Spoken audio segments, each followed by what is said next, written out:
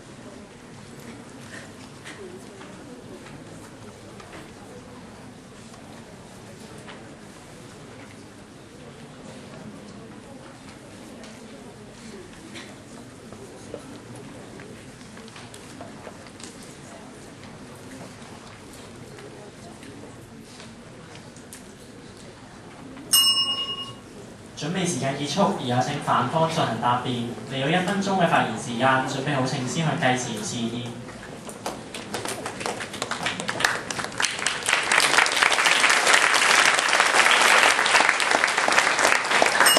好多謝評判嘅問題啦。頭先評判就提到，可能擔心咧半自由行啊、行全自由行咧都未必減到管理費。但今日根據銀聯集團董事總經理以及行政總裁劉嘉時都解釋，今日咧呢個減幅嘅數字咧係屬於一個滯後數字，亦即係代表今日嘅減幅咧係唔會計上一個財政年度嘅數據編制啦，亦即係舊資料嚟嘅啫。如果嗰啲基金受託人公司咧成立咗好多低收費嘅基金啊，進行減價戰呢一啲咧，都會喺明年先會反映出嚟。所以現時咧可能幅度咧下跌未必咁大啦，但係其實我哋見到呢一個數字喺將來咧亦都會有下調嘅空間。然之後有評判又問到今日點解唔可以雙管齊下咧？其實公共受託人咧同埋今日減費係冇抵觸啦。但係其實今日我哋正見到呢間公共受託人係多此一舉，而唔係雙管齊下，因為今日會影響到其他受託人公司可能降低質素或者抬高價格嘅時候，根本就做唔到有方同學所講減費嘅原意嘅時候，今日根本就唔應該做。多謝各位。發言時間。評判發問環節結束，而家將會進入自由辯論嘅環節。喺自由辯論環節開始之前，先請正反雙方示威。而家有請正方。示威。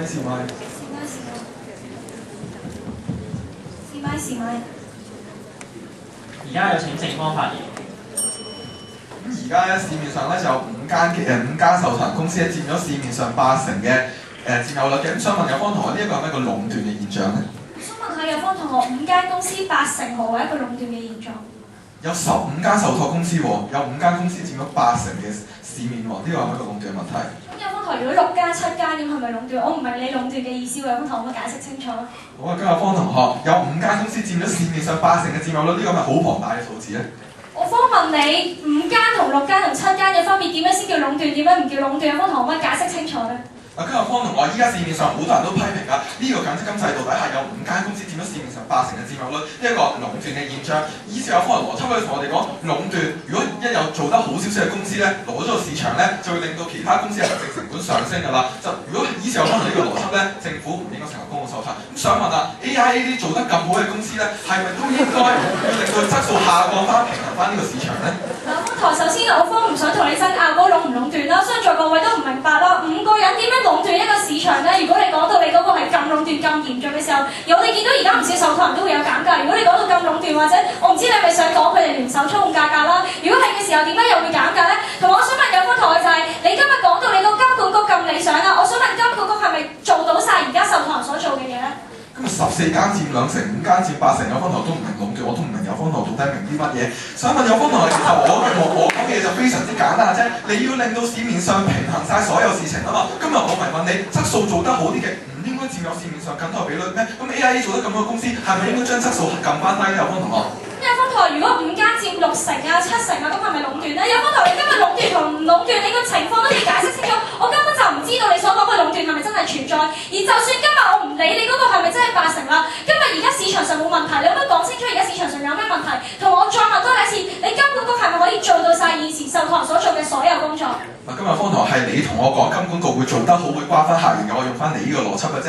再講嘅係今日我方關心嘅唔係壟斷嘅問題，係今日方同學好驚嘅一間公司做得好就會攞咗校園問題啊嘛。咁依家呢個情況根本就係好似好多基金公司都做得好，所以會壟斷校園。問方同學呢個係咪一個問題？唔係，今日我方帶出嚟係咩呢？就係呢個市場上有問題，管理費過高呢個係一個問題，所以我哋要解決。唔理有冇壟斷嘅時候，都要解決呢個問題，先係我方最核心嘅問題啊嘛。方台，如果你話唔理壟斷都要解決，咁而家壟唔壟斷到底有咩重要呢？同埋我想問你嘅係，你真正你心目中嘅壟斷係咪即係話你所講嘅金管局做受託人啊，做得非常之好啦，然之後搶晒所有市場份額啦，然之後壟斷埋啦，咁呢個先叫壟斷啦。方台，你知唔知咩叫壟斷？同埋我問多你一次，金管局係咪做到晒所有受託人以前做嘅工作，例如基金、資產估值等等？係啊，方同學。咁方台，你覺得現時管理外匯基金嘅金管局可以做到基金資產估算啦、基金變膽啦、周年權益報表啦，你係咪可以實踐同在座各位或者評判講係做到晒咧？有分同學，原來連私人受託人嗰啲基金咧都係金管局去管理嘅時候，金管局又管理埋外國嘅股票啦、債券，點解冇經驗咧？我方台答咗好多次，點解講冇經驗咧？嗱，方台你好在呃咗你各位啦！你頭先前面先話金管局做嘅只係審批而唔係管理，而今日管理緊甚至係而家做緊文書工作嘅係受託人，發出基金變額嘅受託人。我而家問你，金管局係唔可以發出基金變額？外匯基金有咩成分？係啊，方台你問我外匯基金有咩成分唔重要啊！而家金管局做咩唔重要？就係問你受託人嘅嘢佢做唔做到？今日方同學唔睇金管局做緊啲乜嘢，同我講金管局冇經驗呢個到底係乜嘢邏輯？今日我方非常之唔明白。問有方同學外匯基金有乜嘢，咪正係想問有方同學金管局到底嘅經驗到底有冇？今日外匯基金入邊本身有債券基金，本身有股票基金嘅時候，有方同學講經驗不足，到底經驗不足喺邊度？方台成日話金管局咪做緊金管局應該做嘅嘢咯，發出基金變額係咪金管局應該做嘅嘢咧？好明顯，而且金管局真係唔會做呢啲工作，而呢啲工作係受託人專業嘅受託人先做到，而你所講嘅金管局做唔到，而當你金管局做唔到呢啲工作嘅時候，受損害嘅市民嘅利益，呢個係咪弊處？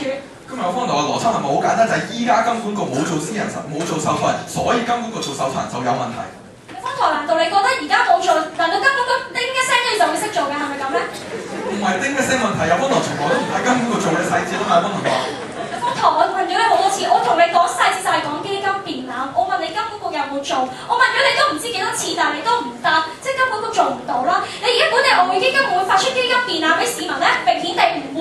我就問當金管局做唔到呢啲工作，金管局根本做唔到普通受託人嘅質素嘅時候，如何確保市民嘅累算權益得到保障？方同學點解做唔到？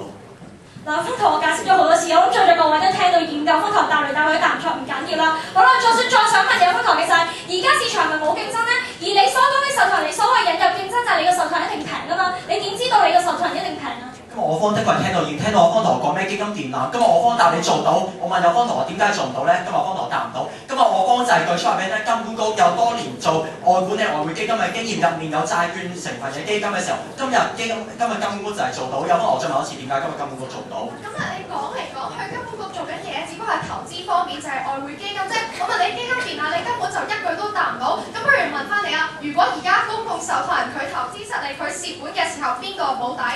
咁我講到咧，現時金管局咧冇管理退休金嘅經驗，原來我見到現時金管局管理投資嘅外匯基金裏面，包括投資嘅係公務員嘅退休金嘅時候，呢個係咪叫做冇經驗咧？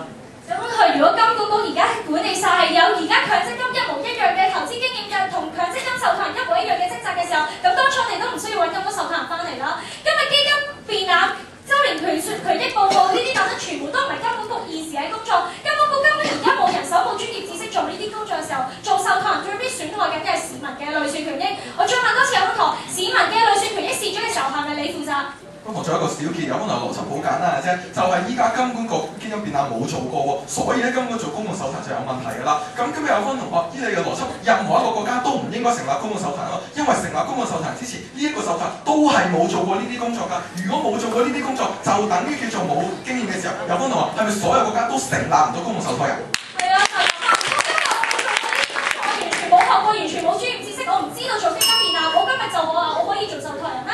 好明顯，今日受託人就要專業知識，我就係想問過你未做過，你點識做咧？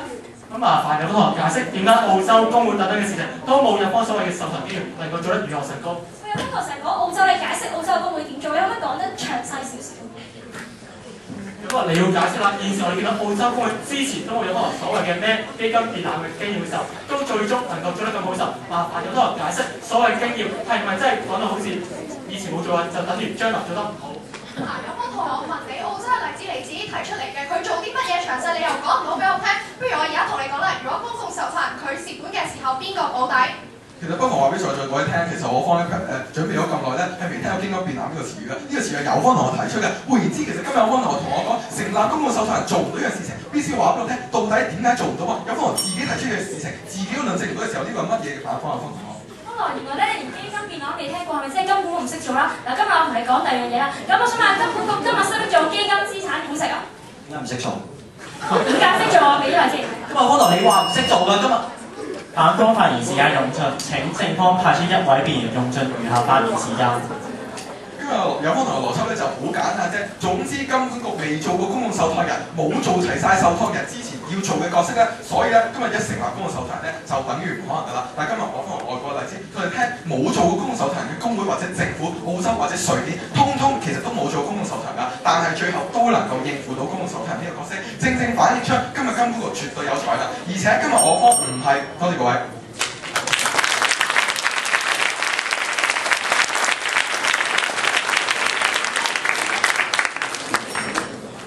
自由辯論環節結束，而家將會進入3分鐘嘅準備結辯時間，而家開始。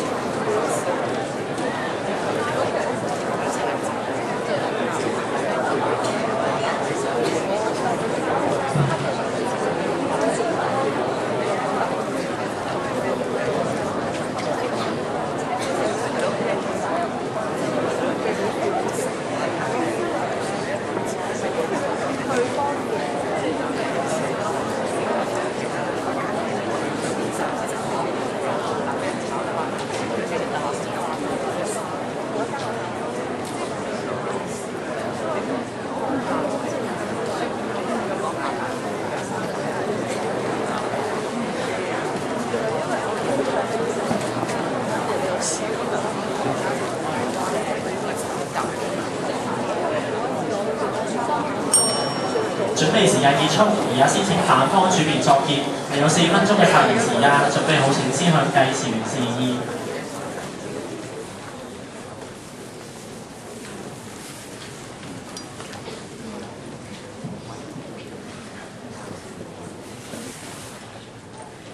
前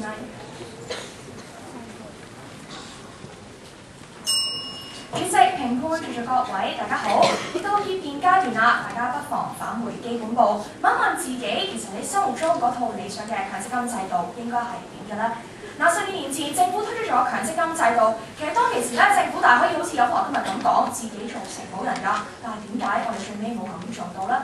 其實原因好簡單嘅啫，咁啊因為香港一直都係奉行緊一個自由市場機制，而受託人今日提供嘅服務係需要啲好專業嘅知識，因此政府自己都明白㗎，咁啊無論自己做定係一啲非牟利公司做，佢都冇可能比得上私人公司，所以最後將個市場交翻俾私人公司去做競爭，而政府自己就擔當翻一個監察嘅角色咯。時至今日，到底呢一個嘅強積金制度幾時變咗呢？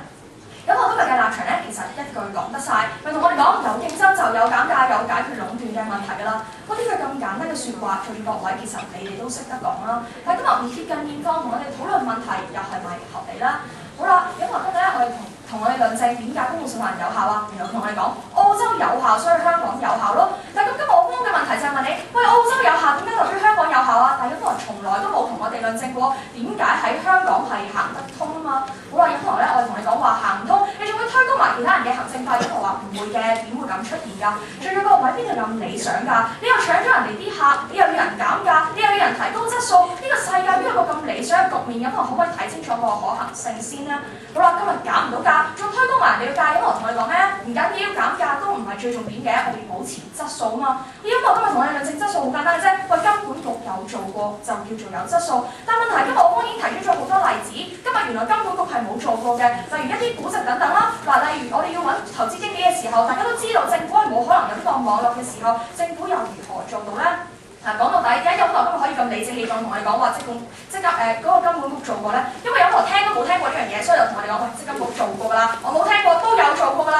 咁啊，咁樣合唔合理呢？可唔可以唔好再在座各位，你根本自己未睇清楚嘅時候，就理直氣壯同我哋講話金管局一定做得到，合唔合理啦？再講嘅係，今日陳家強局長都同我哋講啦，一個嘅非牟利嘅機構係冇可能做得比私人機構嚟得好，因為頭先傅偉博士都提過，今日佢冇一個利益誘因嘅時候，根本佢冇可能做得比私人公司嚟得更加之好啊嘛。有可能今日罔顧個有效度，罔顧一啲嘅可行性，唔緊要咯，我哋睇下個市場嘅影響係啲乜咯。咁我哋見到原來啲市場因為我哋口口聲聲話要提高質素，人哋為咗就係提高質素啊，我咪要加價咯。一係再唔係我減價咯，唯有減到同你個成本價一樣咯。最尾做唔住啊，咪執埋笠咯。在座各位，呢個真係對個市場係好咩？因為我今日唔睇市場唔緊要，因為我哋自己主面出嚟同我哋講話強積金係為市民㗎。咁今日你揀咗個低質素嘅受託人為我哋做，令到我哋市民嘅累算權益受損又點計啊？咁我哋係咪睇唔到呢一啲嘅弊處咧？今日我方咧唔係話唔願意冒險啊，唔係話為反而反啊！第一個同學，你今日都要同我解釋一下點解要冒呢個險先得㗎？如果今日因為有可能你未睇清楚資料，你以為個受託人費用係0.4個巴仙嘅時候，我方冇辦法接受到，因為呢個原因，所以我哋要行公共受託人咯。今日有可能咧，我哋見到有其他嘅反建議可以行㗎。我都同你講話行全自由行咯，有可能你中意增加競爭啊嘛。今日我哋就真正咁全面開放嘅市場俾人去做競爭，有可能咧話雙管齊下喎。好啦，跟住我方創田咁同我講，咁你行行政平台咯，減下嗰粒真正高嘅行政費咯，有可能又扮聽唔到。咁究竟有可能今日你係真係想為個市場好啊，定係為政而政啦？嗱，在座各位，其實到最尾，我就係希望在座各位明白一個道理啫。咁我哋解決問題唔好好似有可能咁，淨係喺自己嘅烏托邦嗰度行㗎。咁我哋要行出個烏托邦，睇清楚現時香港嘅現況究竟係啲乜嘢，先能夠真正解決問題。多謝各位。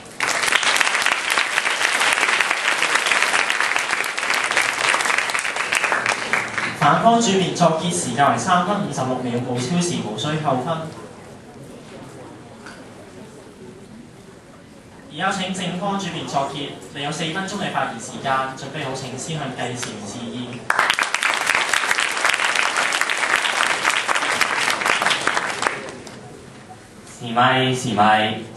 時咪。主席、評判、有同學，在座各位大家好，嚟到比賽嘅最後一個環節，不妨用3句説話總結有同學全場。第一句説話：無根之木，無源之水。有同學論證辯題嘅時候咧，其實當中嘅根據係好少。有同學成場講咗2個論點，第一個論點就話政府咧提供一啲回報率咧，個基金可能好低嘅回報率。第二個論點咧就係話政府提供啲基金咧，個管理費會好高嘅。不妨睇下呢兩個論點究竟點。有同學話政府咧推出嘅基金咧回報率好低，因為金管局咧冇經驗。問題就嚟啦，我方台下發問答咗好多次，外匯基金管理緊係全球嘅債券、全球嘅股票，連私人受託人成立嘅基金都要經公共受託人審核嘅時候，何來冇經驗呢？更加重要係原來外匯基金有一部分係公務員嘅退休保障嘅時候，點解會對退休金毫無經驗呢？最終又如何論證公共受託人個質素必定係低呢？更加睇翻外國例子嘅時候，外國私人市場嘅零售基金管理費係1.5個百分比，回報率咧係3個百分比，但係公共受託人推出咧管理費都只係0.7個百分比，但係回報咧有5.6個百分比嘅時候，有方話點解公共受託人會比唔上私人公司呢？有方話絕對冇論證過。跟住有方話澳洲例子唔可以用，原因係咩呢？因為規模好細，香港。澳洲咧規模就好大，但問題就嚟啦。睇翻有方學嘅範方全自由行，咁我自由方學執規模細咧就做唔到任何嘢啦。咁點解行個全自由行突然之間又會有效咧？有方學又冇論證過。更加重要係今日如果規模大咗嘅時候，有方學係咪已經承認咗一個問題就係、是、當香港規模大咗，自然行公共受託人就會利多於弊咧？點解有方學覺得我哋今日公共受託一定要今時今刻即刻彈個公共受託人出嚟先叫利多於弊？今日有方學冇論證過。另外一樣嘢，有方學講咗個好神奇嘅邏輯，就話冇做過咧，就等於做唔到。有方學完全犯咗一個訴諸無知嘅邏輯謬誤。今日重點唔係在於佢冇做過咁簡單，今日重點係在於我應該衡量成立一個公共受託人嘅難處究竟係點，唔係話有冇做過嘛。今日有方學冇論證我成立一個公共受託人有幾難，就係話冇做過。咁如何論證究竟我哋公共受託人做唔到呢？第二句説話，只見其一，未見其二。咁我就見到咧話有啲陳家強咧就出嚟話公營咧就冇呢個市場經驗，咁咧就冇市場經驗咧，咁利益咧就會好低啦。但係問題就嚟，點解公營醫院啊、新加坡中央受託人啊、英國啊、澳洲啊，點解公營做嘅自然就經驗差，自然成本就高咧？有方學完全冇論證過。另外咧，有方學舉咗最後一個反方，就話電子化咧都可以降低管理費。同埋呢個中央受託都可以降低管理費，但係問題就嚟啦，呢兩個政策其實就互不衝突嘅。你嗰個中央行政嗰個平台咧，針對緊嘅係行政費部分，我方公共受託針對緊係0.4個百分比嘅利潤部分，兩者就互不衝突。因為反之行呢個公共受託，可以喺令到行政費措施行咗之後，進一步降低管理費嘅時候，呢、個正就係公共受託利多於弊嘅地方啊！更加重要係有可能電子化嘅措施，就可以減0.2個百分比管理費，減完啦，原來係1.54個百分比，依然遠高過外國嘅情況之後，點解公共受託冇需要呢？最後一句説話，滿口仁義，實則敷衍失責。今日有可能由始至終，我方講緊嘅係一個責任嘅問題。有可能見到強積金啦，運行咗10幾年啦，管理費依然高昂，回報率依然偏低嘅時候，有可能叫大家做乜嘢？我哋唔好理，我哋甚至講咧話規模細咧，我哋行全自由行咧，個問題咧就突然之間會解決到啊！有冇負起個退休保障嘅責任呢？今日成立公共受託，正要喺個市場上面打破呢一個現象。推出啲低收費基金，推出一個更低收費嘅受託嚟改變呢個情況，令到整體行業質素一提升，令到整體管理費得以下降啊嘛！主席評判以及在座各位，10年前香港政府因為一句財政負擔，我哋選擇咗強積金，唔選擇公積金。今日10年之後啦，管理費依然高昂，回報率依然冇改善嘅時候，香港政府能唔能夠再一次好似有方學咁講，我哋要因為一個財政負擔而放棄我哋只需要少少財政盈餘就能夠做得到嘅公共受託呢個退休保障？多謝各位。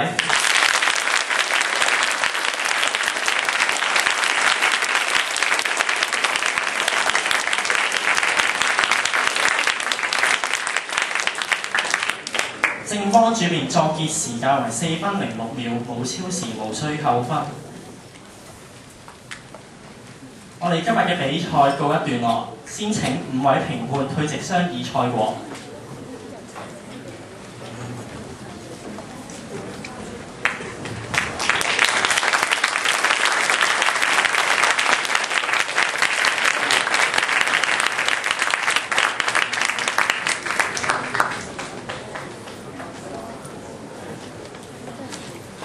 喺度好感謝5位評判嘅出席，兩間對賽後嘅努力，以及台下嘅各位觀眾。而家我哋將會進入10分鐘嘅休息時間，大家可以稍作休息。而我哋會方亦都會播放相關對賽學校嘅教練嘅感想嘅原版版，大家可以聽一聽佢哋嘅真情告白。而喺10分鐘過後，呢個台版將會上演另一場精彩嘅比賽。呢場比賽就係萬眾矚目嘅名人俱樂部比賽，大家小休完成，啱啱為止一位競賽。比賽，多謝各位。喺最後最後提一提大家，如果有參賽或者得獎學校同學係未點名嘅話咧，可以到左手邊嘅台前咧報翻點名嘅，唔該晒。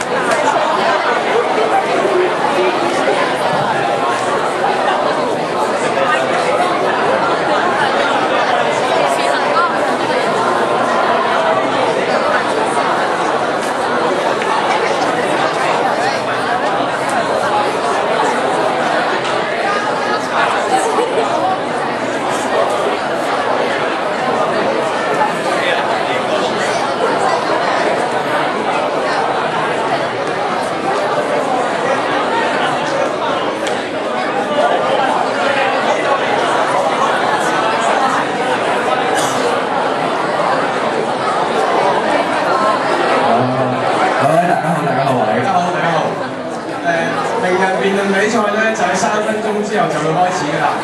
麻煩大家呢就坐啊，好啊，唔該晒。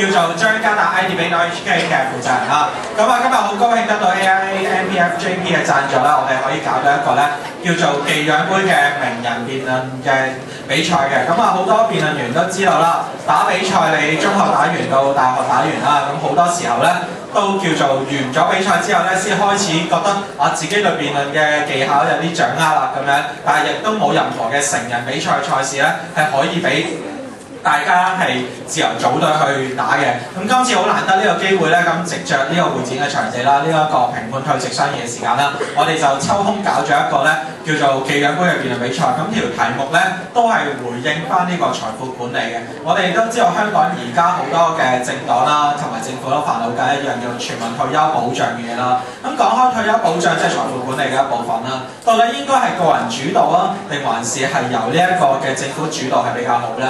咁今日咧，我哋有一個新嘅賽制，一個簡短明快嘅賽制，邀請咗4位咧前辯員咧嚟為我哋大家去討論一下呢一個退休保障問題，應該由個人主導定係還是由政府主導嘅？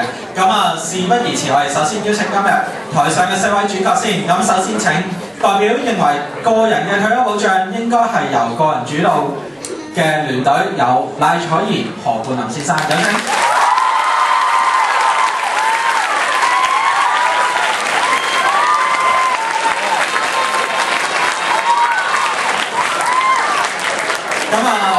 在座有啲人可能未必認識識啦，等我略略介紹下兩位嘅背景啊。賴卓賢先生係呢一個中文大學粵語辯論隊嘅前隊長啦。咁佢坐佢隔離嗰位咧就係何冠林先生，係香港浸會大學粵語辯論隊嘅前隊長啦。咁兩位除咗係大學辯論隊嘅成員之外咧，中學亦都係好出名嘅辯論教練啦。一位就係今日有份打 AI 決賽嘅華英中學嘅中文辯論隊教練賴卓賢先生啦，而另一位何冠林先生就係協恩中學嘅辯論隊教練啦。佢哋辯論隊場上嘅交手就交得多啦，即係聯隊打比賽，今次係第一次係咪啊？咁猶豫啊！唔緊要，咁啊做咗佢哋對手當然有翻咁上下啦。我哋邀請反方認為呢個香港退休保障計劃應該由政府主導嘅張介聰先生、葉家俊先生嚟到嘅。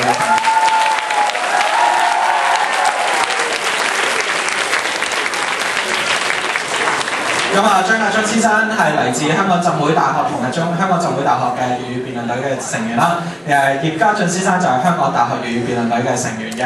咁兩位都係豐富嘅辯論比賽嘅經驗啦，亦都係辯論比賽評判嘅常客啦。咁啊，佢哋今日會打嘅賽制咧，大家見到係2對2啦。咁啊，一個負責立論，一個負責總結嘅。咁喺立論做完3分鐘立論之後，講咗雙方立場咧，我哋會有一個叫公辯嘅賽制，其實即係一個盤問質詢嘅環節。咁係由公辯手咧就向即係我哋會由副公主嘅形式去做呢一個回合嘅。咁公辯有個特質嘅，佢如果覺得對手嘅回答咧已經超出咗佢想問嘅範圍咧，佢係可以隨時就叫停對手，唔俾佢繼續作答㗎啦。咁時間相當緊湊，每個人只有1分半鐘嘅公辯時間啫。雙方公辯完畢之後咧，就有一個自由辯論，大家都好熟悉㗎。2分半我哋跟翻大專辯論賽規矩，接住就係會有雙方嘅總結。好簡單明快嘅賽制，最後請大家俾一次掌聲，我哋今日嘅贊助商 AI 同埋呢個嘅成員一齊上台。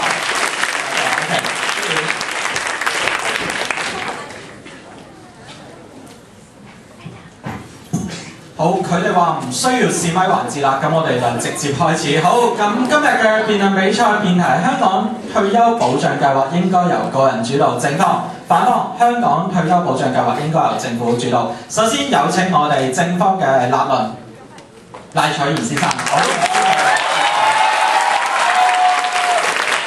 我哋有3分鐘嘅立論時間，喺完結時間前30秒會有1下鐘聲，有15秒嘅回充同樣地。在座各位大家好，嗱，講退休保障咧，對在座中學生嚟講咧，可能有啲距離遠，但係其實咧，大家諗深少少咧，同你哋講緊讀書計劃啊，或者一般嘅人生規劃咧，都差唔多，都係講緊你將來有一個嘅目標，而你透過乜嘢嘅形式嚟到去達至嗰個目標咧。而今日何謂主導咧？嗱，我方認為主導咧係有2個意思嘅。嗱，第一個意思，一個退休計劃由個人定還是政府主導咧，有2部分去睇。首先咧，我哋就要睇下到底呢個計劃嘅內容係由邊一個去設計咧？計劃內容包括你預計將來退休需要幾多嘅資金去過你嘅生活啦，用乜嘢形式去累積你呢筆資金？譬如係透過投資股票啊、房地產啦、儲蓄計劃啊等等嘅方式。咁呢個係第一個主導嘅意思。嗱，第二個咧就係到底最終你退休之後嘅生活開支，絕大多數係由政府負擔定係個人負擔咧？而我方今日咧認為應該係由個人作為主導嘅喺呢2個層面上面。其實理由好簡單，我哋由2方面分析。嗱，第一我哋先睇個需要性同埋利處去睇啊。嗱，大家都知道啦，每個人嘅退休生活嘅要求咧都係不盡相同㗎。我哋根據世界銀行咧嘅指標去睇咧，一個足夠嘅退休生活咧，起碼佢退休之後每個月嘅收入，起碼都可以達到佢退休之前生活嘅7%左右。咁問題就嚟啦，嗱，每個人嘅收入都唔同㗎，係咪？做教書或者做唔同工作嘅人嘅收入都唔一樣㗎。咁每個人嘅60%